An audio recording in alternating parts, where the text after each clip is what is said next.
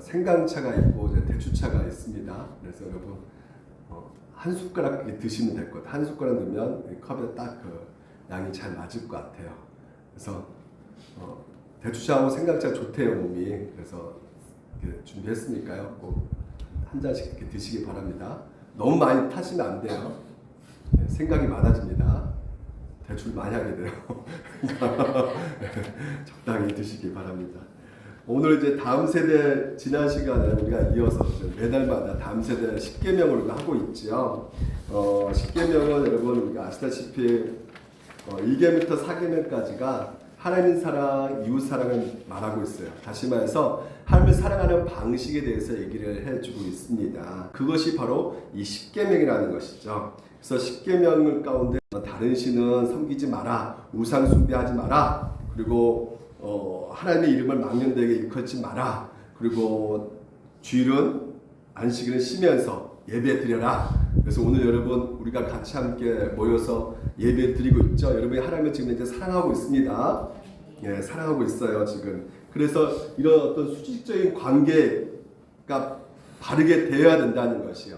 그리고 또한 이 수직적인 관계가 바르게 되어야 될 때 수평적인 관계, 바로 우리 인간의 관계가 바르게 될 수 있거든요. 그래서 하나님께서 또한 우리 가운데 5계명, 10계명을 통해서 이웃을 사랑하라고 말씀하고 계세요. 그러니까 하나님께서 나에게 주신 사람을 어떻게 어느 정도까지 사랑하냐면 내 몸같이 사랑하라고 말씀하고 계시죠. 왜 내 몸같이 사랑하라고 말씀하실까요? 바로 하나님께서 바로 하나밖에 없는 아들을 우리 가운데 내어주시면서까지 자기 몸 내어주시면서까지 우리를 사랑하고 계시기 때문에 우리 또한 내 몸같이 사랑하라고 말씀하고 계십니다. 그래서 내가 사랑하는 그 사람 중에서 가장 가까운 이웃에 대해서 먼저 사랑하라고 말씀하시는데 그 첫 번째 가장 가까운 대상이 누굴까요? 요나? 옆에 계신 분? 부모님이죠. 네, 그래서 부모님, 우리 민석이가 안 나왔는데 이 부모님을 어떻게 해요? 가장 먼저 공경해야 된다는 것이죠. 지금 민석이가 김치 담는 거 도와주고 있어요. 부모님을 인정해야 되는 것입니다. 그러니까 나 하나님을 사랑해요 하면서 찬양하면서 부모님 귀찮아, 진짜 짜증나, 정말 보기 싫어, 꼴보기 싫어 인정해드리지 않으면 그러면 그거 뭐예요? 하나님을 사랑하는 것이 아닙니다. 그건 다 쇼입니다. 그러니까 부모님을 공경해야 드리는 것이 바로 하나님을 사랑하는 방식이고 이웃을 사랑하는 방식인 것이에요. 뿐만 아니라 하나님께서 주신 그 권위를 갖고 계신 분들 있지 않습니까? 권위를 갖고 계신 교사 선생님, 그리고 또한 우리 지사님, 권사님, 목사님, 권위를 인정해 드리는 것이 바로 이것이 바로 공경해 드리는 것이에요. 부모를 공경하는 그 차원 가운데 같은 의미를 가지고 있어요. 그렇기 때문에 어떻게 돼요? 집사님, 권사님 만나고 장로님 만나면 인사를 해야 됩니다. 인사 잘하는 것이 바로 뭐예요? 바로 이웃을 사랑하는 방식이라고 말씀을 하고 있어요.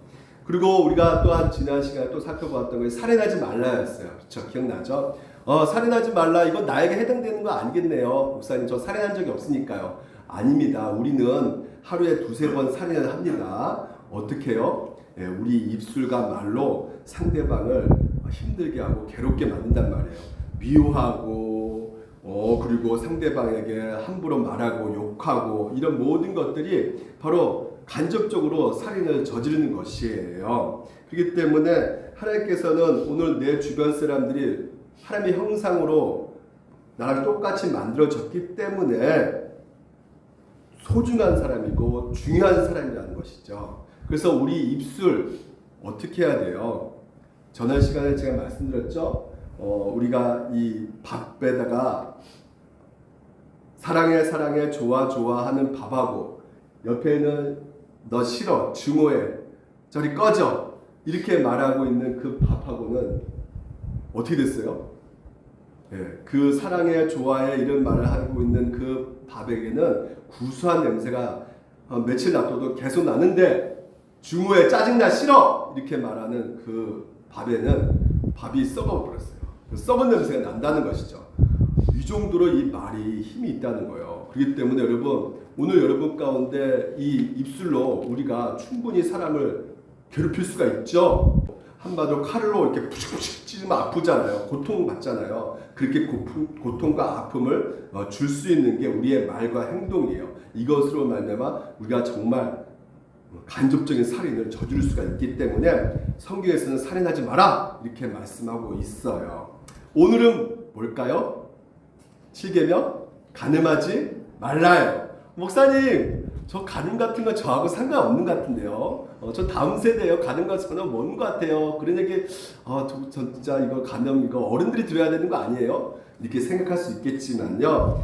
여성가족부 조사를 했어요. 그 여성가족부에서 조사를 했는데 무려 청소년 15,000명을 대상으로 조사를 했어요. 성인물, 음란물을 이용하는 학생이 얼마나 되는가 조사해봤더니 2012년도에는요 무려 이제는 한 30% 정도 이렇게 이 성인물을 음란물을 많이 봤다고 해요. 청소년 중에. 근데 지금은 몇 프로 되는 줄 아세요? 무려 70%가요. 이 스마트폰으로, PC로 여러 가지 방법으로 SNS로 이런 성인물을 음란물을 본다는 것이죠. 그런데 중요한 것은 무엇이냐면요. 이걸 보고요. 그냥 끝나는 것이 아니라 무려 20%가 이 성인물 따라서 하고 싶은 충동을 느낀다고 해요. 성범죄가 어떻게 시작되는 것이죠? 음란물을 많이 보게 되면 성범죄가 시작될 수밖에 없는 거예요. 그 루트가요. 이렇게 되는 거예요. 음란물을 접촉하며 겪게 되는 4단계가 있는데요. 먼저 우리 가운데 흥미가 생기죠. 호기심이 생기는 것이에요. 이거 보는 거죠. 근데 이 보게 되면 어떻게 될까요? 자극을 받게 되죠. 근데 그 자극으로 끝나는 것이 아닙니다. 더 큰 자극을 원해요. 그래서 계속해 보게 되면 이게 내가 뭐 문제가 있을까? 불감증이 생긴다는 것이죠. 다시 말해서 일반화된다는 거예요. 일반화로 오해한다는 거죠. 이거 다 하는 건데 이렇게 생각이 든다. 그러니까 자기가 무엇이 문제인지 지금 현재 이게 잘못된 건지 전혀 모르는 된 상태에서 어떻게 된다는 것일까요? 바로 그대로 그 모방을 하게 된다는 것입니다. 이게 바로 성범죄를 저질 수가 있는 것이죠. 그래서 많은 청소년들이 지금도 정말 이 스마트폰 갖고 이게 몰래 여학생들 그 버스에서 이렇게 몰래 촬영하고요. 그리고 세상의 초등학생들이 이게 뭔 얘기가 아니에요. 초등학생들이 인신매매 조직단도 만들고요. 이런 끔찍한 음란함이 계속해서 발생되어지고 있다는 말이죠. 성폭력도 생기고 있고요. 어디서부터 시작되고 있습니까? 고등학교가 아니에요. 이제 초등학교부터 이제 시작되고 있단 말이죠. 그러니까 여러분 이거 오늘 이게 성에 대한 얘기를 할 건데 이거 잘 들으셔야 돼요. 이게 너무나 중요해요. 음란물을 계속 보게 되면 어떤 일이 벌어지느냐? 마약하는 뇌하고 음란물을 보는 뇌하고 비슷해진다는 것입니다. 보시면 지금 현재 이 대죄에 있는 바닥 핵 가운데 있는 이 선조제가요 점점점 쭈그러진대요. 이게 마약하는 사람 뇌하고 그러니까 이 음란물을 계속 보는 뇌하고 별 차이가 없게 된다는 것이죠. 그리고 심지어 우리가 이게 앞에 있는 게 전두엽이거든요. 이 전두엽이 어떤 구실을 하냐면요. 집중력을 강하고 의지력 그리고 여기 앞에가 바로 이제는 어떤 충동을 이렇게 조절하는 한마디로 컨트롤 타워가 바로 이 전두엽에 있어요. 이 앞에. 근데 이게 어떻게 되냐면 부식된대요. 썩어든다는 것이에요. 그러면 어떤 일이 벌어지냐? 우울증이 생기고요. 대인기피증이 생긴다는 것이죠. 제가 만들었어요. 이거 다 보고 나서 이거 굉장히 큰 책이거든요. 책을 이 음란물 청소년이 해를 입힌 그 책을 보고 나서 이게 정말 우리 가운데 필요하겠구나 생각이 들어서 만들었던 말이에요. 같이 한번 읽어봅시다. 시작. 음란물을 계속 보면 내가 망가지고 동시에 내도 망가진다. 이거 제가 만들었어요. 내 이 영혼도 망가질 뿐만 아니라 내 육체도 같이 함께 망가진다는 것이죠. 근데 더 충격적인 것은 뭐냐면요. 이 성범죄 가해자들 있지 않습니까? 10명 중에 9명이 자기가 죄를 지은다는 것을 인식하지 못한다는 것이에요. 왜 그럴까요? 이것이 죄라고 가정에서 가르친 적이 없는 것이죠. 다시 말해서 어른이 이거 죄다라고 말해주지 않는단 말이에요. 왜? 어른들까지도 어떻게 되고 있습니까? 음란화 돼버렸기 때문에 윗물이 맑아야 아랫물이 맑듯이 지금 현재 총체적으로 지금 현재 음란화 돼버렸단 말이죠. 서울대 상담학 교수가요, 유튜브를 보니까 이런 말을 하더라고요. 우리 인간에게 식욕이 있지 않느냐. 배고픔이 있으면 그걸 먹어야지. 그래야지 이게 먹어야지 이게 채워주면서 충족되는 것이고, 마찬가지로 성욕도 있는데 이 성욕 같은 것도 우리 성적 요구를 느낄 때 이것을 충족시켜야지. 그게 건전한 거 알고 건강한 거 아니냐. 그래서 야동도 보고 이런 것들을 채워야 충족시켜야지 이게 되는 거 아니겠느냐. 이게 건전한 것이다. 세상에 유튜브에 그렇게 말을 하더라고요. 조회수가 굉장히 많았어요. 서울대 교수가 말하니까.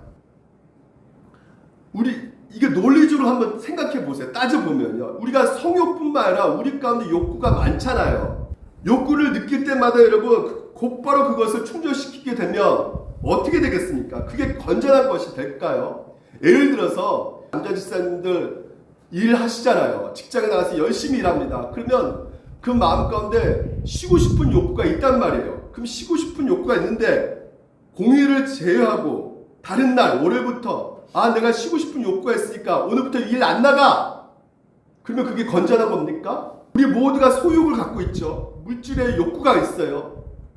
근데 여러분, 어떤 사람이 내가 소욕이 너무나 있기 때문에 오늘부터 내 집 전 재산 다 팔아가지고 나 명품 가방 하나 사야지.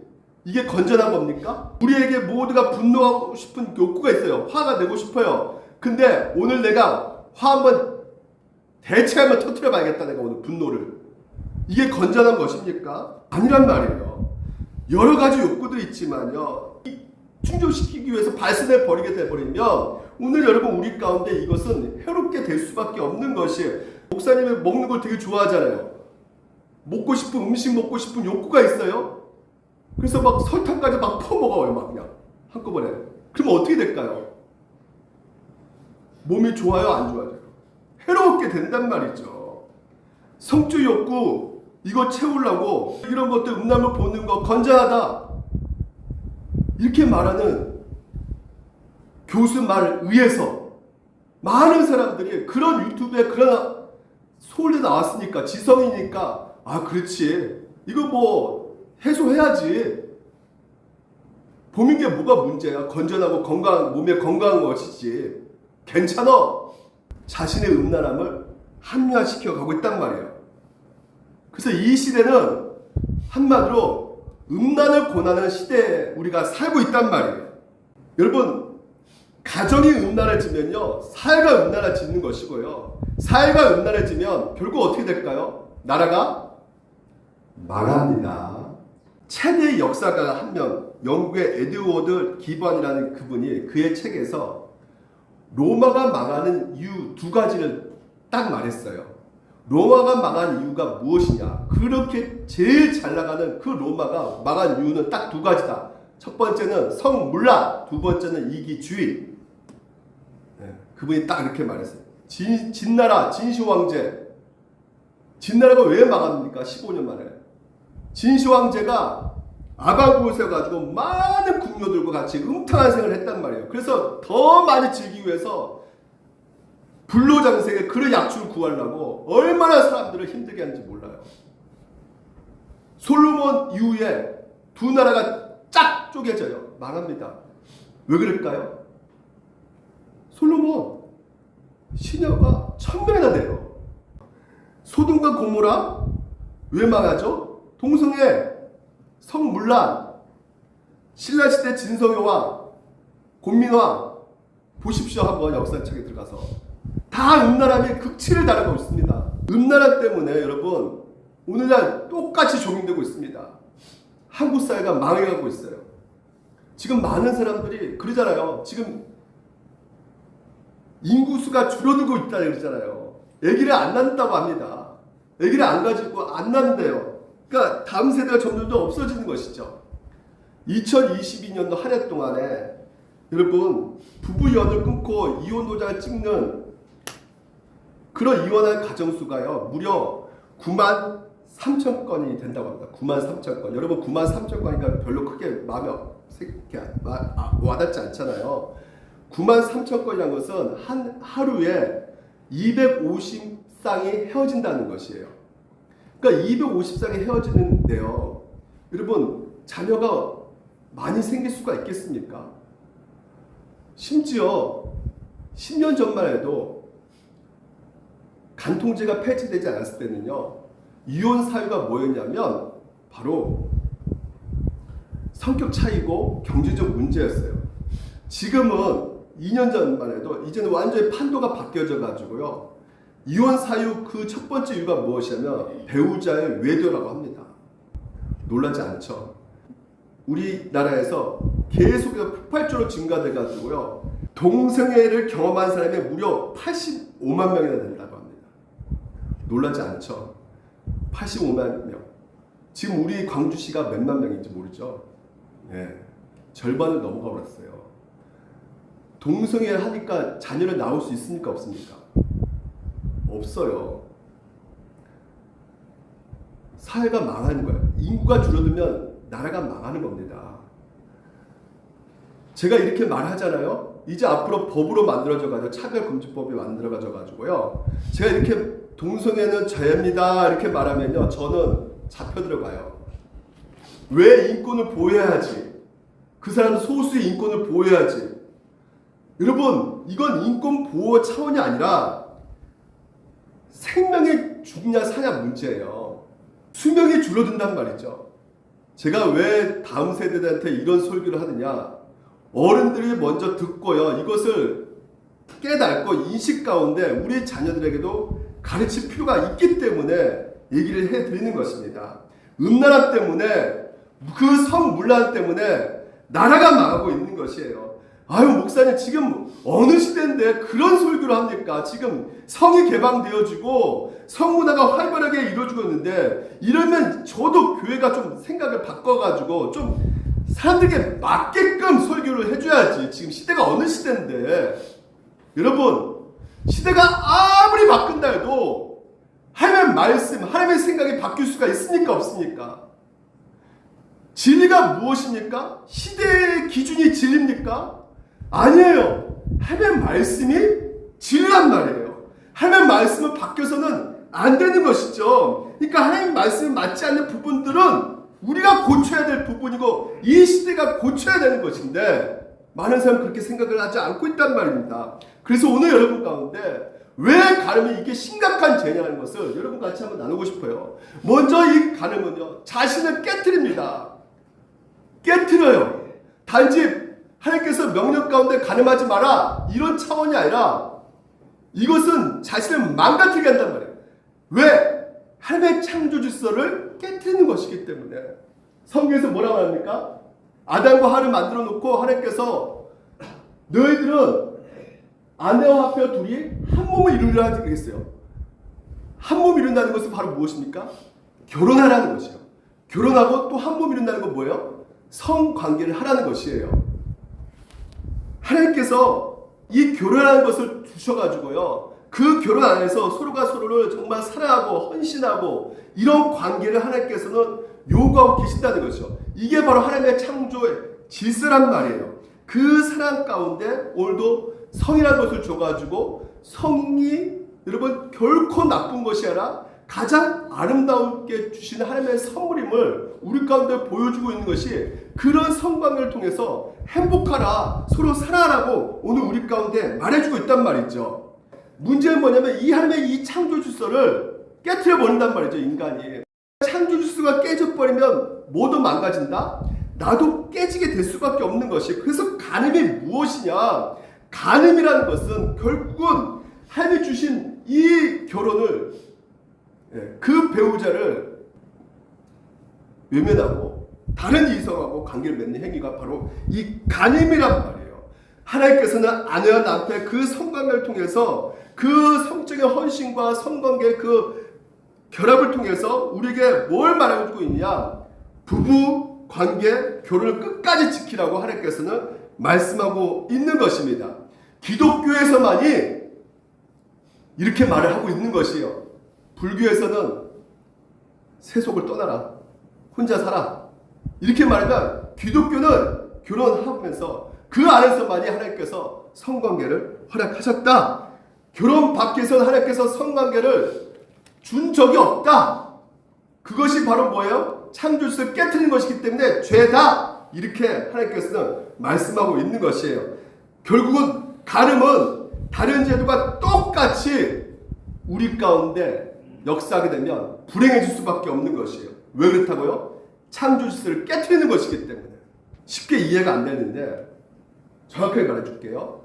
지금 자동차 보게 타면 자동차를 타고 다닐 때 작동 원리가 있어요. 제 차는 경유차. 경유를 넣어야 돼요. 그래야 차가 달릴 수 있어요. 근데 오늘 갑자기 일어났는데 나 경유차 오늘 넣기 싫네. 나 그냥 휘발유 넣고 싶네. 그런 욕구가 막 올라와요. 휘발유 넣어야지 하면서 휘발유를 딱 넣었어요. 그러면 어떻게 될까요? 차의 매뉴얼을 어기는 것 그게 문제가 아니라 차가 어떻게 될까요? 파괴되어지는 것이에요. 망가지는 것입니다. 똑같은 거예요. 경유차인데 경유를 넣어야 되는데 하나님께서 오늘도 우리 가운데 부부관계를 통해서 성관계를 허락하셨는데 그것을 망각해 돼버리고 휘발유를 넣게 되면 어떻게 된다는 것이에요? 다 망가지는 것입니다. 자녀도 망가지고 가정도 망가지고 나라가 망가지게 돼 있는 것이란 말이죠. 그래서 여러분 성경에서는 우리 가운데 행복하기 위해서 간음하지 말라는 거예요. 하나님의 말씀은 결국 우리의 행복에 있단 말이에요. 우리를 행복하기 위해서 주신 말씀이라는 것이에요. 드라마를 보는데 목사님 간통 불륜 이거 굉장히 아름답게 그려지고 있는데요. 그거 아름다운 사랑 아닙니까? 목사님? 제 아들 지우가요. 미혼입니다. 결혼하지 않았어요. 아직까지. 근데 갑자기 아들이 이게 그럴 리는 없지만 아빠 내 꿈이 나 유부녀와 결혼하는 거야. 나 간통하는 게 내 꿈이야. 내 미래에 거기 아름다움이 있어. 그렇게 말하면 예원아 너 어떻게 생각드니? 아무리 드라마에서 그런 불륜과 이런 것이 아름답게 그려진다 해도 어떤 사람들 어떤 그 마음의 가운데 본연의 가운데 마음 한 구석에 뭐가 딱 자리 잡혀 있냐? 이것은 더러운 것이다. 죄다라는 것을 누구나 다 생각을 갖고 있는 것이란 말이죠. 인간 본연의 마음 가운데. 간음은 잘 드십시오. 우리 자신만 깨트리는 것이 아니라 하나님 관계도 깨트리게 버리게 되기 때문에 무서운 것이에요. 고린도전서 이렇게 말합니다. 여러분 몸이 누구일 거라고요? 그리스도의 지체라는 것을 알지 못하냐 이렇게 말하고 있어요. 다시 말해서 여러분은요 그리스도와 연합된 자란 말이에요. 그리스도와 한 몸이에요. 그래서 성경에서 뭐라 표현하냐면 예수님의 신랑이고 우리가 신부라 그래요. 우리가 결혼했다고 말을 하고 있어요. 그런데 내가 그리스도의 지체를 떼어다가 창녀의 지체를 만들 수 있겠냐? 간음할 수 있겠느냐? 이렇게 우리 가운데 하나님께서 경고하면서 메시지를 던지고 있는 것이에요. 그리고 또 뭐라 말씀하시냐면 주님과 합하는 사람은 그와 한 영이 되었다. 한 몸이 되었다. 그러면서 뭐라 말하냐면 성령의 19절 여러분 안에 계신 성령의 성전인 것을 알지 못하냐고. 여러분이 누구냐면 여러분 몸이 성령이 거하고 계시는 성전이래요. 거룩한 몸이래요. 그러니까 여러분 몸 가운데 음행을 뭐라고 해요? 피하라는 것입니다. 끝에 보면 같이 한번 읽어볼까요? 시작. 여러분은 여러분 자신 것이 아닙니다라는 거예요. 여러분 누구 거다? 예수 그리스도 것이라는 말입니다. 예수 그리스도 것이에요. 그렇기 때문에 보십시오. 보디발 아내 아시죠? 창세기에 39장에 보게 되면 보디발이 요셉을 유혹해요. 유혹하는데 이 요셉이 뭐라 말하냐면요. 나보다 큰 이가 없으며 내 이 집에는 주인이 아무것도 내게 금하지 아니하였으도 금한 것은 당신뿐이니 당신 그의 아내입니다. 그런즉 내가 어찌 큰 악을 누구한테 죄를 짓는 거예요? 보디발 아내한테 가늠한 그 죄가 아니라 누구한테 죄를 지었다 그래요? 하나님께 죄를 지었다고 말을 하는 것이에요. 많은 사람들이 아우 내 감정, 내 느낌, 내 소유, 내 인생 그거 다 내 것이다.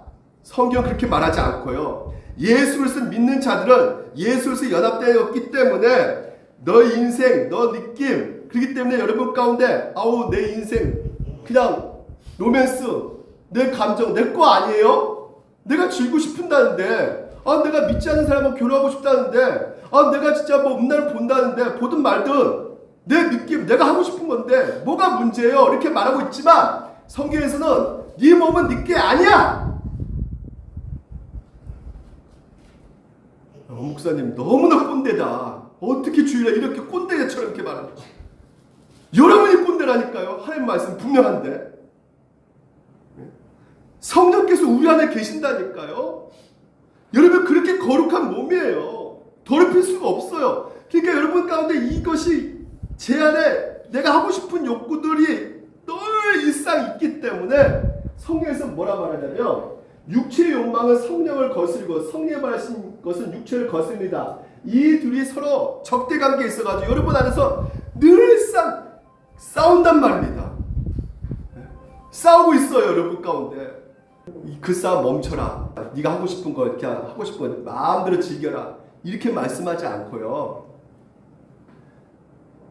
죄와 싸우되 어떻게까지 싸우라는 것이에요. 피 흘리까지 끝까지 싸우라는 거예요. 언제까지? 죽을 때까지 싸우라는 거예요. 왜? 우리 안에 이 죄된 욕구가 끝까지 있으니까. 오늘 여러분 이게 오늘 청소년만 듣는 게 아니라 우리가 나이가 먹으면서도 끝까지 이런 것들이 생기고 있으니까 싸우라는 거예요.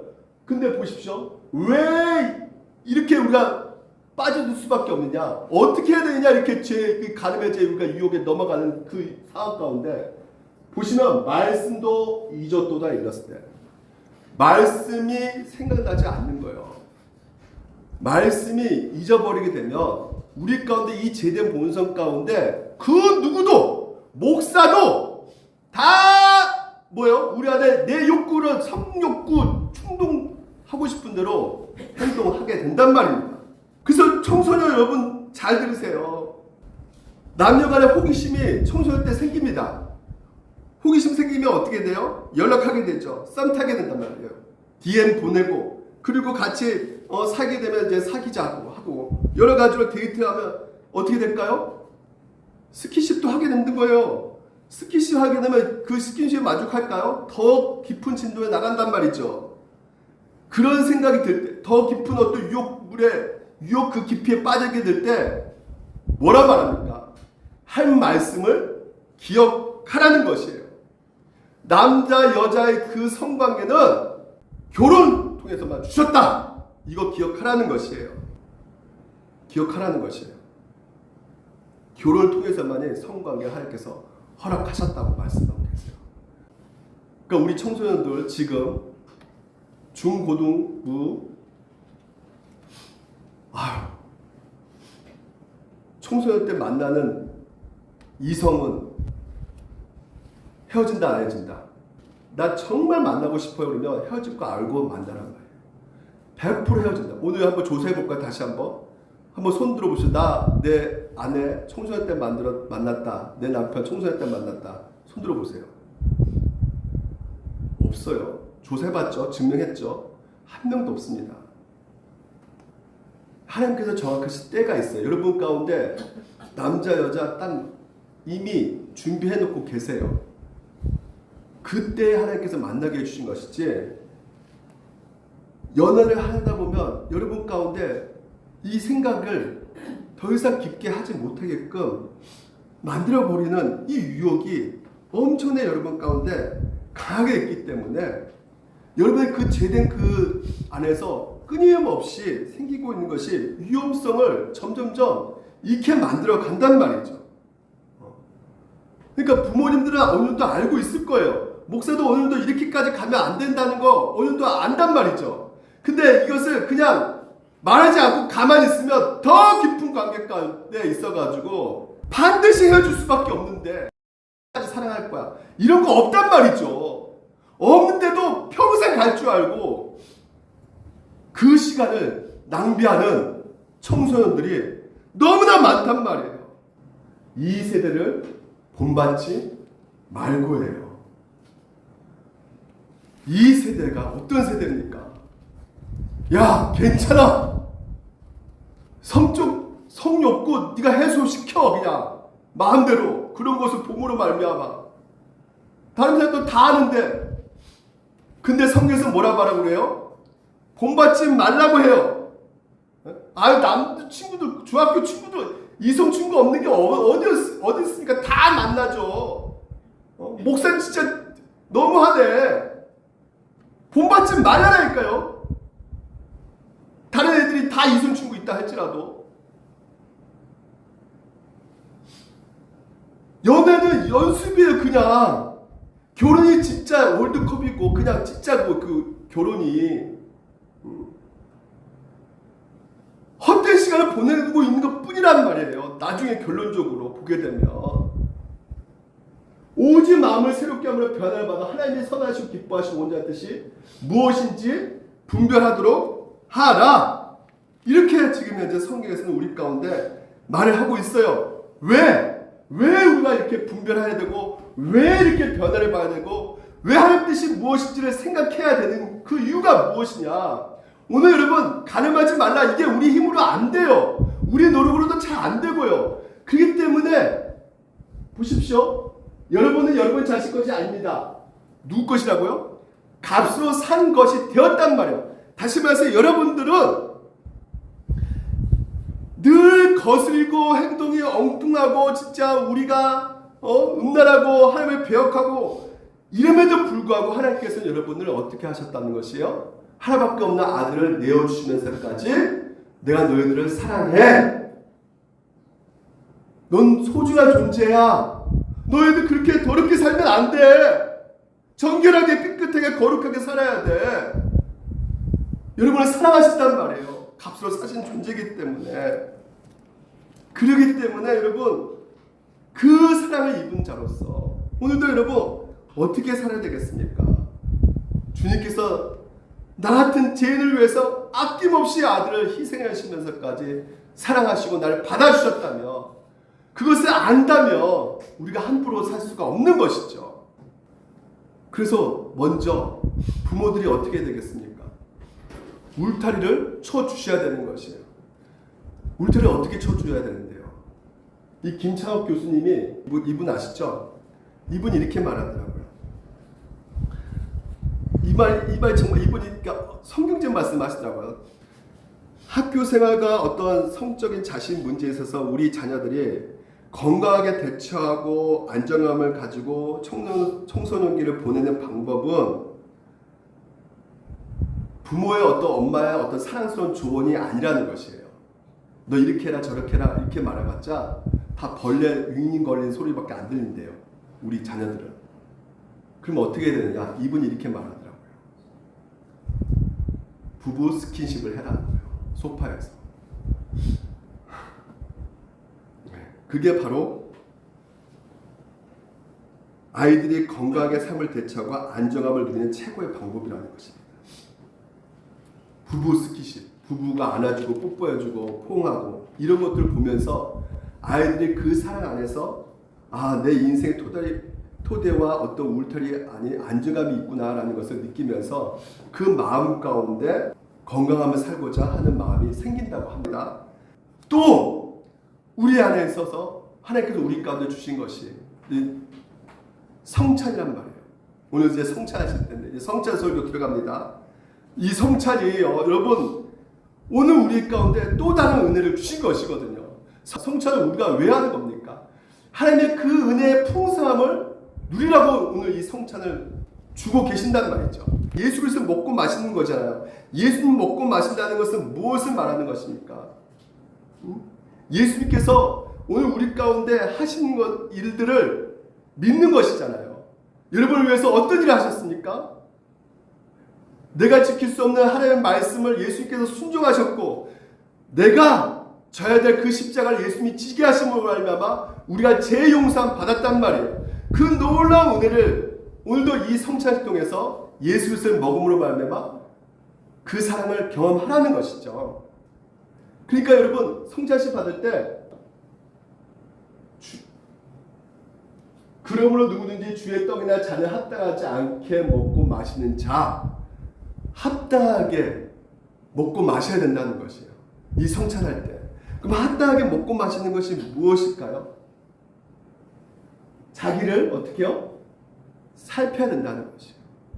오늘 여러분 성찬식 오늘 주일이니까 그냥 성찬식 나와서 떡 먹는 거네? 포도주 마시는 거네? 이런 마음에서 참여하는 것이 아니라 자기 자신을 보라는 것이죠.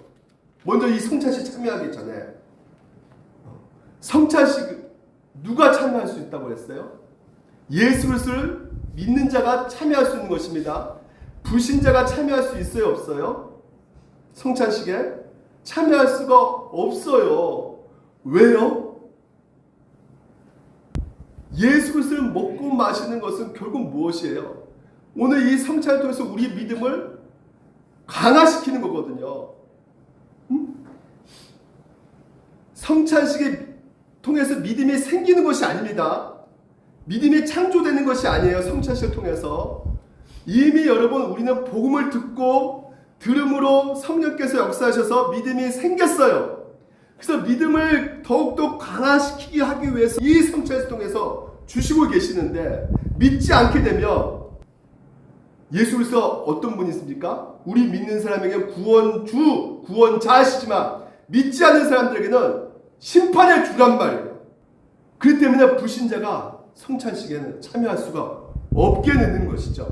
믿는 사람의 참여해서 그러면 믿는 사람이 참여하는데 그러면 신앙이 완벽해야 되겠네. 신앙의 행위가 정말 일주일 동안 그런 음란한 생각 전혀 안 하고 정말 진짜 완벽하게 살아야지 그런 사람이 성찬식에 참여하겠네라고 생각하시면 그것 또한 오해입니다. 성찬식은 누가 참여하게 되냐? 믿음이 어떻게 해요? 연약한 자, 믿음이 흔들린 자, 진짜 여러 가지 삶 속에서 실패하고 넘어지고 내가 이렇게 살면 안 되는데 내가 왜 이렇게 살까? 이런 연약함이 있는 자가 오늘 이 성찬식에 나와서 성찬을 통해서 다시 한번 믿음을 강하게 하는 것이에요. 내가 이렇게 죄인한 것을 깨닫고 그래서 이 죄를 구원시켜 주시는 유일한 분은 예수밖에 없구나 하면서 예수 그리스도를 그래서 붙잡는 자, 갈망하는 자, 사모하는 자, 이 자가 이 성찬식을 통해서 은혜를 받고 회복될 수가 있게 되는 것입니다. 그렇지 않고 오늘 성찬식 한다고 아무 생각 없이 살다가 오늘 성찬식 한다고 그래 오늘 성찬식 한다 진짜 이게 뭐야 이게 은혜도 없고 아무것도 아니네. 왜 그럴까요? 하나님의 문제입니까? 여러분의 문제입니까? 에? 우리들의 문제란 말이에요. 우리가 사모함이 없는 거예요. 갈급함이 없고 내 죄도 모르고 연약함도 모르고 나 잘났다고 생각하고 나 문제 없다고 생각하고 나 괜찮다고 생각하고 있는 상태에서는 은혜가 될 수가 없는 것이란 말이죠. 오늘 여러분 하나님께서는 은혜를 주시기 원해요. 이 성찬식을 통해서. 그래서 이 은혜 가운데 여러분이 어떻게 해야 된다고요? 사모하시라고요. 하나님 나에게 은혜 주시옵소서. 난 늘 넘어집니다. 난 늘 쓰러집니다. 하나님의 양식이 필요합니다. 예수 그리스도의 복음을 오늘도 내가 먹고 마시고 해야 됩니다. 존귀한 주 보혈이 내 영을 새롭게 하시네. 존귀한 주 보혈을 내 영을